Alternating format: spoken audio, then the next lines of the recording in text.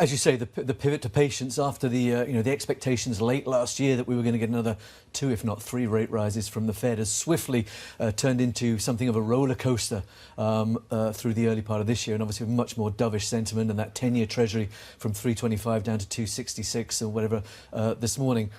I think the Fed is very much on pause for the time being. I think what we heard overnight in terms of the latest FOMC minutes were nothing new. They've reiterated their data dependency and their adherence to the macro data, which, if you look at in isolation, would suggest that the market, the economy is doing very well, and there is room for further tightening.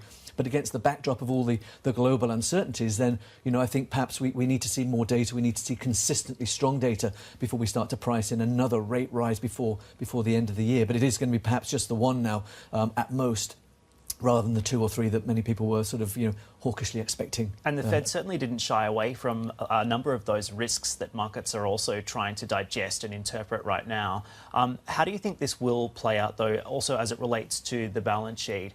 If they did indeed hike again in 2019, what conditions would need to be met in your view? Well, clearly the conditions would have to be a very, very robust underlying macroeconomic sort of picture within the US economy, and a stabilisation in terms of many of the the global risks that we're seeing.